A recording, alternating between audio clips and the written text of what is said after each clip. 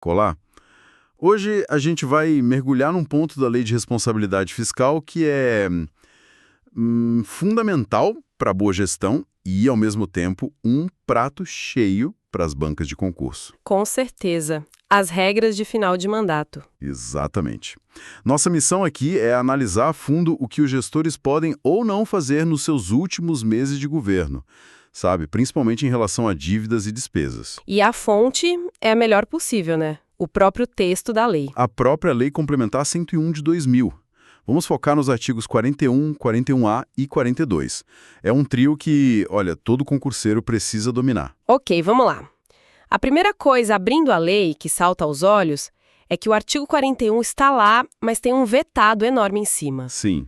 Isso pode gerar uma dúvida na hora do estudo, né? O que isso quer dizer na prática? A gente ignora, estuda o que ele dizia. Essa é uma ótima porta de entrada para o nosso tema. Um veto presidencial, de forma bem simples, acontece quando o Congresso aprova o projeto, mas o presidente discorda de algum ponto e barra aquele trecho. E ele não vira lei. Não vira lei.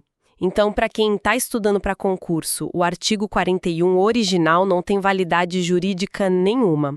É uma página em branco. Então, a pegadinha seria uma questão que cobra o conteúdo de algo que nunca existiu legalmente. Exatamente, o erro clássico. A informação que importa é só essa, foi vetado. O que nos interessa é o que a lei construiu ao redor desse vácuo que ficou. Faz sentido. Se o 41 foi descartado, o legislador deve ter sentido falta de algo ali. Ficou uma lacuna. E aí, bem depois, em 2025, eles inserem o artigo 41A. Isso. É quase uma correção de curso, uma tentativa de preencher aquele espaço. E, por ser uma adição recente, incluída pela Lei Complementar 212 de 2025, com efeitos a partir de 2027. Vira um tema quentíssimo para as próximas provas. Ele aborda um problema muito real. O que acontece quando um governo fecha as contas do ano e percebe que o dinheiro em caixa não cobre as dívidas que ficaram para trás. Os famosos restos a pagar. E aqui a coisa fica bem interessante, porque não é uma situação hipotética. Isso acontece. O município chega em janeiro e vê que o caixa de 31 de dezembro era menor que as despesas empenhadas. Como a lei reage? Qual é o gatilho para o 41A? O gatilho é exatamente essa conta que não fecha no final do exercício. Se a disponibilidade de caixa é insuficiente para cobrir todos os restos a pagar, processados e não processados, e outras obrigações, a lei acende um alerta. E tem uma consequência imediata. Imediata. No primeiro ano que isso acontece, o órgão já sofre uma sanção bem específica. Fica proibido de conceder ou ampliar incentivos ou benefícios de natureza tributária. Entendi. A primeira sanção ataca a receita. A lei diz, olha, você está com problema para pagar a conta, então não pode abrir mão de arrecadação. É essa a lógica. Estancar a sangria. Mas e se o problema continuar? Se no ano seguinte a conta de novo não fechar, a punição é a mesma? Não, ela se agrava. E aqui o concurseiro tem que ter atenção redobrada, sabe? O parágrafo único do 41A traz uma progressividade. Uma escadinha de sanções? Perfeito. Se a insuficiência de caixa acontece por 2 anos seguidos, a situação muda de patamar. Além de manter a proibição dos benefícios fiscais, a lei importa umas vedações bem mais severas de outro artigo, o 22. Ah, interessante essa técnica. Então a lei não cria uma punição do zero. Ela puxa uma que já existe. Isso. E são proibições que realmente engessam a gestão de pessoal, que é uma das maiores despesas. O que exatamente está nesse pacote do artigo 22? Basicamente, o gestor fica impedido de 3 coisas. Primeiro, conceder qualquer tipo de vantagem, aumento ou reajuste de remuneração. Congela salário? Exato. Segundo, criar novos cargos, empregos ou funções. Nada de concurso novo, então. Nada. E terceiro, alterar a estrutura de carreiras de um jeito que gere mais despesa. Nossa, então a lei basicamente congela a folha de pagamento e a estrutura administrativa. É uma trava bem forte. Precisamente. A mensagem é clara. Um desequilíbrio pontual, restrição na receita. Um desequilíbrio crônico, medidas drásticas na despesa de pessoal. O fascinante aqui para quem estuda, é essa interconexão. Uma questão pode cobrar o 41A, mas exigir o conhecimento das sanções do 22 que ele puxa. É uma reação em cadeia prevista na lei. Tem que conhecer os 2 artigos. Certo. O 41A, então, é uma medida corretiva. Lida com a consequência de algo que já aconteceu, o caixa fechou no vermelho. Isso me leva a uma pergunta lógica. Existe algo na lei para evitar que isso aconteça? Uma medida preventiva. Exato. E aí eu acho que a gente entra no grande clássico das provas, o artigo 42. É a transição perfeita. Se o 41A é o remédio, o 42 é a vacina. É a famosa regra de ouro do final de mandato. Aquela sua analogia de não deixa a conta para o próximo pagar é a essência dele. Então vamos dissecar essa regra. O que exatamente o artigo 42 proíbe? E quando? Qual o prazo? A vedação principal é bem clara. É proibido ao titular de poder ou órgão, nos últimos 2 quadrimestres do seu mandato, contrair uma obrigação de despesa que não possa ser cumprida integralmente dentro do próprio mandato. Ok. Últimos 2 quadrimestres.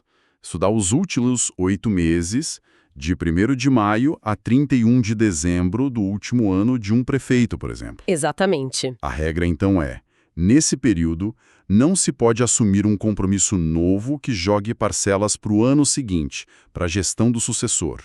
É isso. Exatamente isso. Mas, como sempre no direito, tem a exceção crucial. E é aí que as bancas gostam de explorar, né? Sempre. A proibição não se aplica se o gestor provar que existe suficiente disponibilidade de caixa para cobrir as parcelas que vão ficar para o outro exercício. Certo. Suficiente disponibilidade de caixa. Essa expressão parece simples, mas imagino que a lei defina isso de forma bem específica. E define. Vamos tentar um exemplo. Um prefeito, em outubro do último ano, ele quer fazer uma obra, um recapeamento. A obra custa 1 milhão. 600 mil ele paga na gestão dele, mas 400 mil ficam para fevereiro do ano seguinte. O que ele precisa provar? Ótimo exemplo. A resposta está no parágrafo único do artigo 42. Para provar essa suficiente disponibilidade de caixa, o prefeito não pode só mostrar que tem 400 mil na conta. O cálculo é mais rigoroso. Como assim? Ele precisa demonstrar que o saldo de caixa que ele vai ter em 31 de dezembro é suficiente para cobrir não só aqueles 400 mil da obra, mas também todos os outros encargos e despesas comprometidas a pagar até o final do exercício. Peraí, então, para ele deixar essa conta de 400 mil para o sucessor, ele tem que provar que o dinheiro que vai sobrar no caixa no final do ano paga essa conta? E todas as outras. Todas as outras. Salário de dezembro, 13º, fornecedores, tudo. Uau! Isso parece uma exigência bem rigorosa. Qual a lógica por trás de uma trava tão forte? A lógica é evitar maquiagem fiscal. Sem essa regra, um gestor mal intencionado poderia guardar um dinheiro carimbado para a obra dele e deixar o resto das contas do dia a dia para o sucessor se virar. Entendi.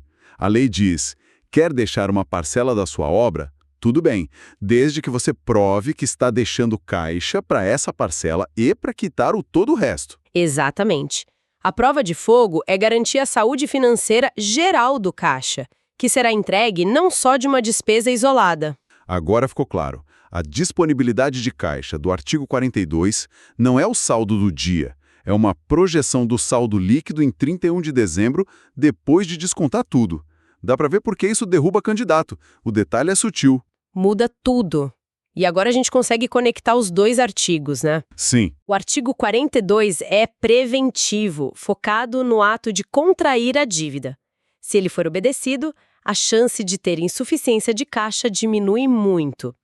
O artigo 41A é o corretivo, que entra em campo se mesmo assim a gestão fechar com aquele rombe. Juntos, eles formam um pilar da transição responsável. Exato. Excelente, a relação ficou muito clara. Para a gente fechar e ajudar na memorização, vamos fazer aquela recapitulação rápida. Vamos lá. Ponto 1, artigo 41. Vetado. Não tem aplicação. Só saber isso. Ponto 2, artigo 41A. Medida corretiva. Faltou caixa para cobrir restos a pagar, tem sanção. Primeiro ano, proíbe benefício fiscal. Segundo ano, a coisa aperta, congela salários e proíbe criar cargos. E ponto 3, artigo 42. A regra preventiva dos últimos 8 meses. Regra geral. Proibido criar despesa que ultrapasse o mandato. A exceção. Se tiver caixa suficiente para cobrir a parcela futura e, o mais importante, todas as outras dívidas já existentes. A síntese está perfeita. E para finalizar, eu queria deixar um pensamento, algo para refletir para além do texto da lei. Por favor. A LRF, como a gente viu, cria mecanismos financeiros rigorosíssimos para a transição de mandatos. Mas a questão que fica é, será que só o controle financeiro basta? Fica a reflexão. Que tipos de mecanismos não financeiros, como a criação de comissões de transição obrigatórias com acesso transparente e em tempo real aos dados, poderiam complementar a lei? Como garantir não só a saúde fiscal, mas também a continuidade dos serviços e a transparência para o novo gestor e principalmente para a sociedade?